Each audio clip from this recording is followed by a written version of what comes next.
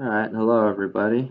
Making this video for ME 2030 just to show how to make gears with Involute profiles in Solidworks. If you're just looking for something close to the gear shape, you can come after you open up Solidworks and open up a part as I have here. You come into this design library and open up the toolbox.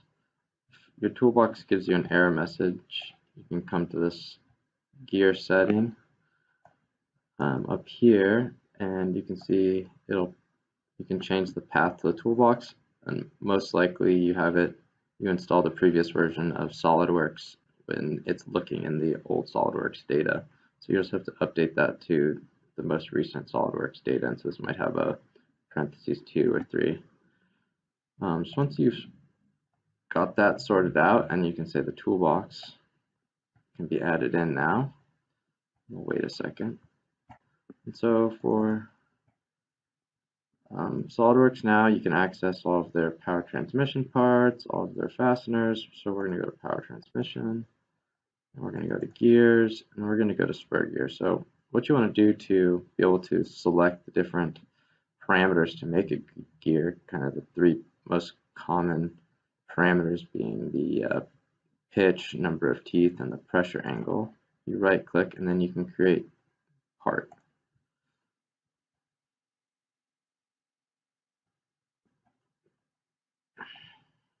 So now you can see it'll bring up this drop-down menu. We can set the pitch, and this is just the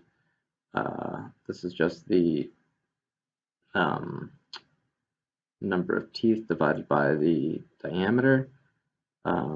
Then you have the number of teeth, and then you have the pressure angle. And here you can put the face width and sort of insert a keyway if you want one. So let's see, keyway. Oh. So we have a hub.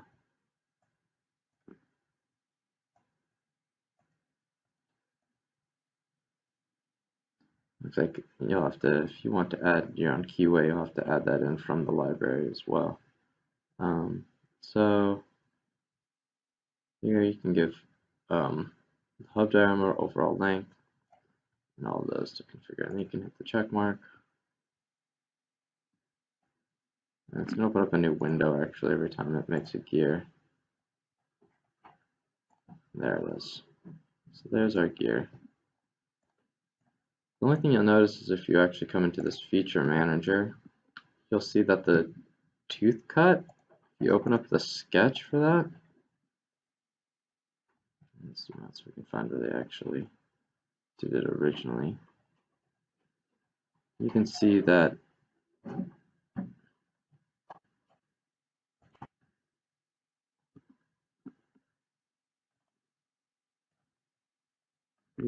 this curve is an equal radius curve, so it's not actually an involute profile like you'd want. So this gear that's why it's not really, it's more for just viewing purposes. I mean, you'll see too that it looks like it's also been cut into segments, which I'm sure is a setting you can change as well to make it so that the kind of these segments are a lot finer. So yeah, so if you just want to make a quick gear, then this is that just looks like a gear. This is the way to do it. Obviously this one's a little bit thin, so I could have changed the face width, but since that's not really all that useful except for in the case of just trying to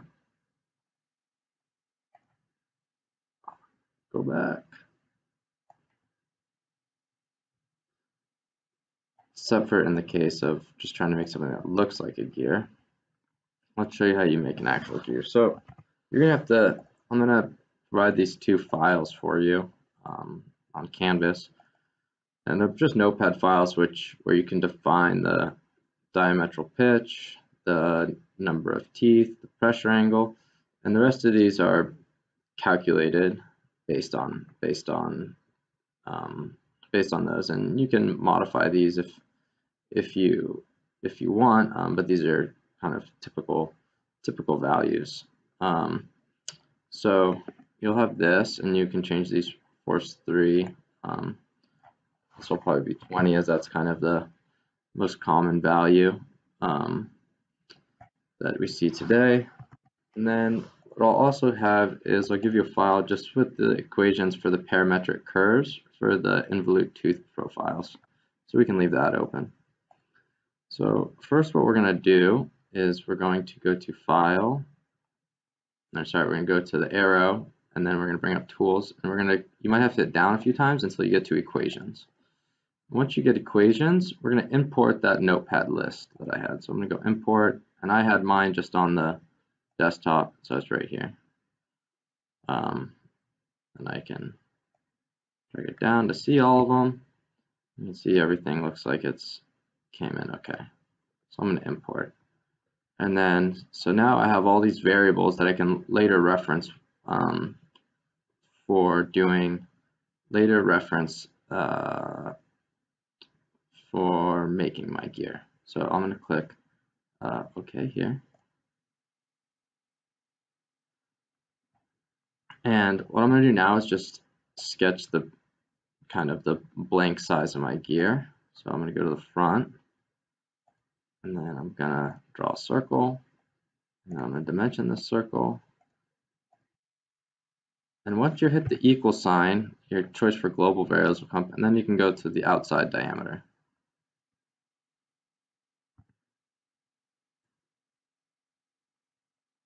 And then I just hit check. And then all I'm going to do now is exit the sketch, and I'm going to extrude this to the width of the gear that I want. In this case, let's do 0.1. Okay. I'm going to kind of view this normal to it, and then I'm going to sketch 4 circles on this front plane. So 1, 2, 3,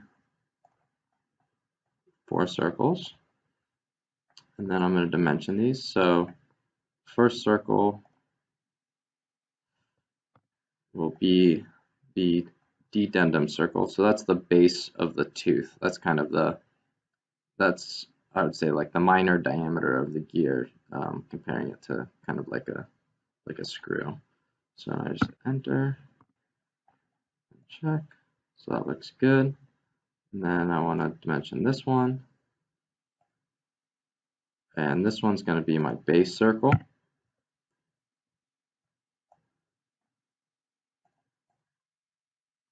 Put the wrong box there.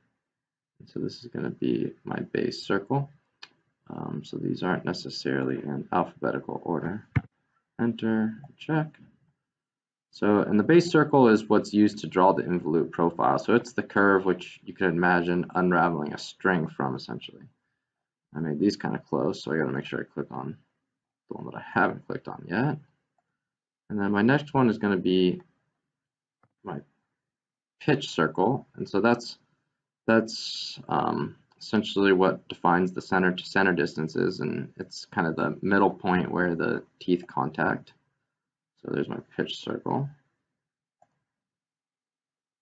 All right, so that's 0.5 inches. And then this last circle is going to be equal to the outside diameter again. So we're just gonna, we could convert entities from the last one, but we can choose that one. All right, so now that we have these 4 circles displayed, we're going to use them. So the next thing we want to do is go to File. Let's see here. It is Sketch Entities, and it is Equation Driven Curve, and we're going to do the parametric. And I'm going to come into the notepad file that I made. So this is the top involute profile X. This is the top involute profile Y coordinates, and I want to go 0. Oops, that looks more like an O to me. 0 to 5. And I'm going to click check, and that's going to make my Involute profile.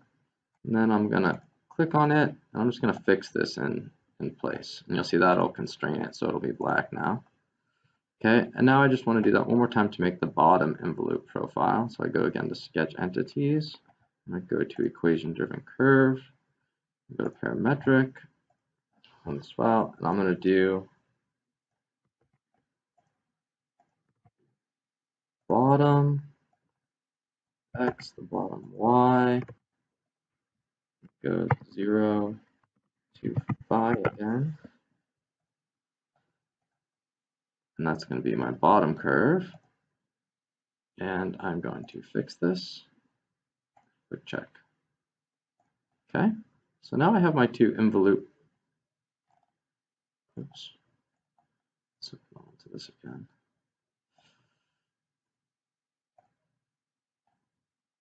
So now I have my two Involute profiles, and now I just need to construct the kind of the Dedendum of the tooth. So the Addendum is kind of the top portion, the Dedendum is this bottom portion. So what I'm first going to do is I'm going to make a line, and I'm going to do for construction, and I'm going to make it towards this bottom here, and then I'm going to make another line, and I'm going to do for construction. I'm going to make it towards here. Okay, enter. Okay, and now I'm going to do a line ending here, going to here, a line from here to here. Okay, what I want to do with these lines is I want these two to be collinear so that they point along a line, and I want, check that, I want this line and this line to be collinear, right? So now I've kind of made that here, and then I just need to fill out the root down here. So I'm going to use an arc. I'm going to use a center point arc. So you can see first thing is to click on is the center of the arc. Next you click on a point here, and then you're going to click on a point here. Now it's built my little arc segment. I'm going to hit check. I'm going to exit the sketch. Okay, and now I just want to extrude cut these three portions. So I'm going to do through all. So now I've made my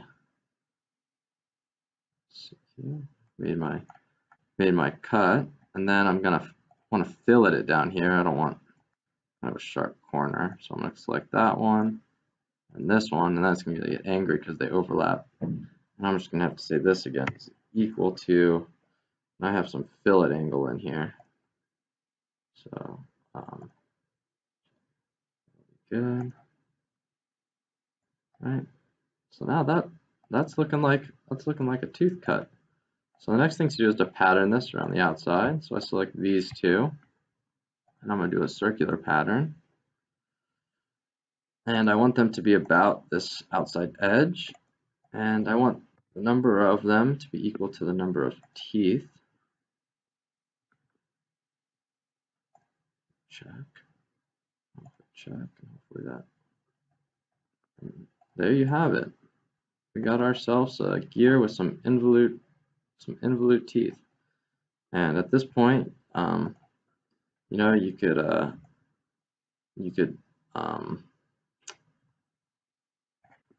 could add any sort of special hole or keyway in there. There's some there's different ones inside the toolbox here. Here, one second, I got a visitor. Okay, well I'm back, but that pretty much ended the video on making the gears with the Involute profiles. I think I might have said it reversed before too, just to double check. So the pitch, or kind of more formally called the diametral pitch, is the number of teeth divided by the pitch diameter. So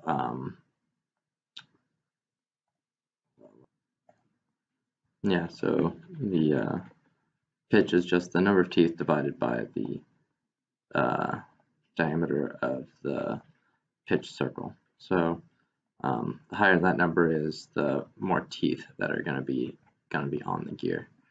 All right, so that I'll leave you to make your own gear. Don't forget to save it after you're done.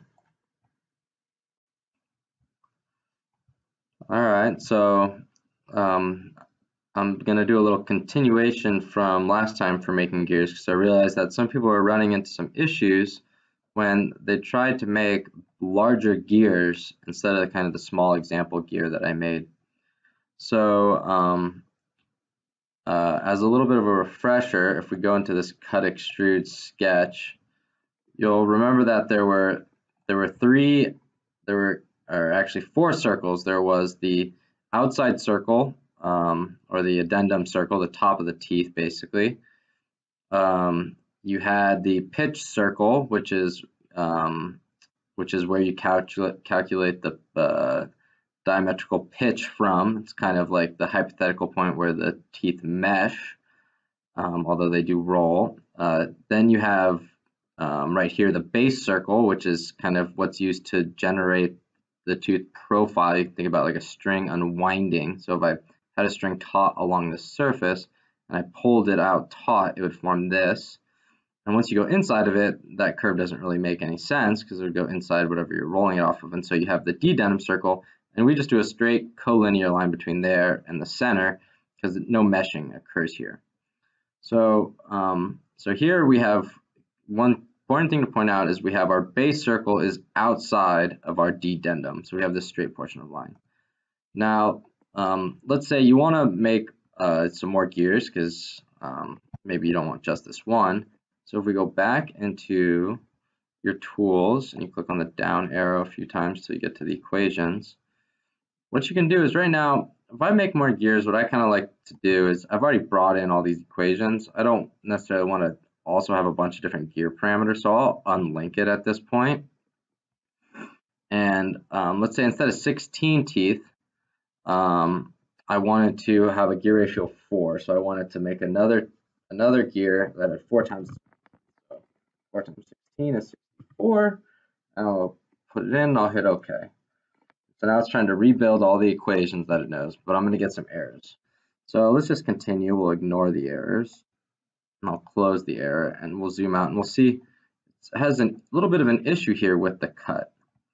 And so what you'll notice is if we go back into this sketch profile is that one or both of these lines will now kind of come back and go up to the Dedendum circle here. So, but in reality, what we actually want is we actually don't need this straight portion of the line because the Dedendum is higher than the base circle now. And so we can just have this line come and end at this cross section. So I think it's easier maybe if we look a little bit at at gears. Let's see if won't let me scale it any higher than this. But so you can see in this gear where the dot is, this is the pitch circle. So this is where kind of the teeth hypothetically mesh and what you use to calculate the center to center distance and the diametrical pitch. And then you can see here you have the addendum at the end capping the top of the teeth off so they're not weak. And then you have down here you have the base circle. But you'll see what happens as I increase the number of teeth that's getting bigger and bigger, and what you're oops, somehow that got away from me there. Bigger and bigger until you begin to see that now, so previously the base circle was well outside of the Dedendum circle, but you can see this base circle, let's do that again, We'll see if we can find it. You can see this base circle is now moving in, and now as more teeth, the base circle has now moved inside of the dedendum, and you no longer need a straight portion anymore. So that's essentially what's happening to the gear as it gets bigger. So how do we make that in SolidWorks? How do we fix that? So it's a relatively easy fix. So I can begin to just go to the Trim Entities tool in the sketch while I'm sketching the cut, right? So I'm inside that cut, and I'll just drag it across these lines. Don't really need those lines anymore. And then I'll exit my sketch here. And you might still have an error, but we'll just continue to ignore it. And I'm going to modify this portion here. And I'm going to say it thinks it has all these regions. So your regions might be a little different, but we just need these 2 regions now. We don't need 3 regions as we did before, but just 2. And so now it's cut that a little bit better. And the only thing that's left that's a little unhappy is this fillet, because the edge that we had previously is no longer there. So we'll just delete these missing edges. Still want the same linked value.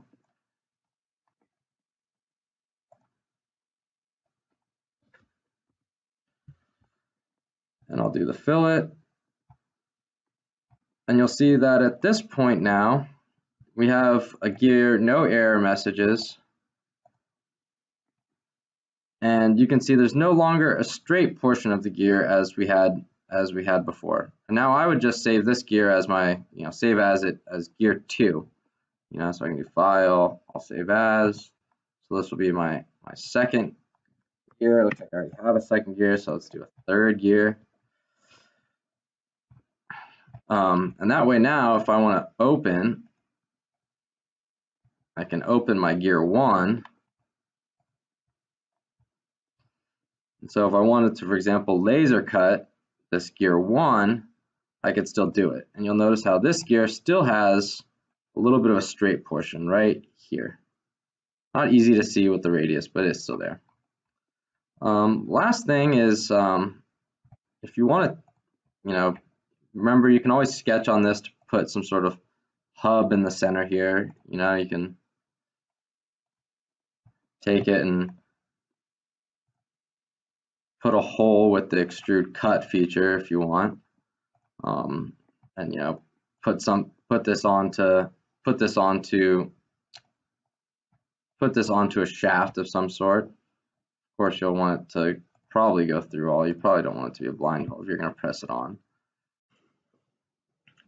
Okay, so the last thing I want to show is how you would export the contour of your gear so that you could cut it on a laser cutter, or later if you want to use a wire EDM. So we have our gear at this point, and so you can right click on this face and do export as DXF.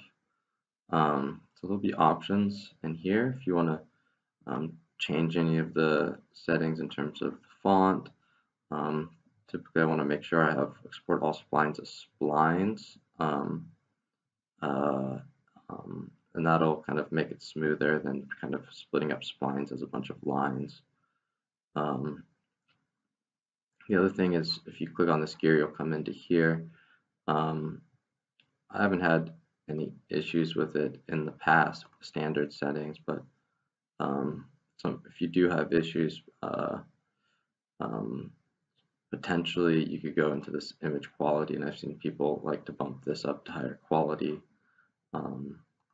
Or you come into the performance here, and this has kind of curvature, but I think that was more of a bug in the past with how SolidWorks exported DXF. I don't have really any issues with that these days. So if we export it, you'll say, okay, if we want to just export it all of these lines as we see it right now, you could actually go into annotation. But we just want to export this face. I'll just click check, and then at this point you'll see kind of a preview. You can zoom into a spot to kind of make sure that you don't have a bunch of small lines, which keep zooming in, and you can see that we don't. So I'll click save at this point, and that'll create your DXF. You can do a similar thing.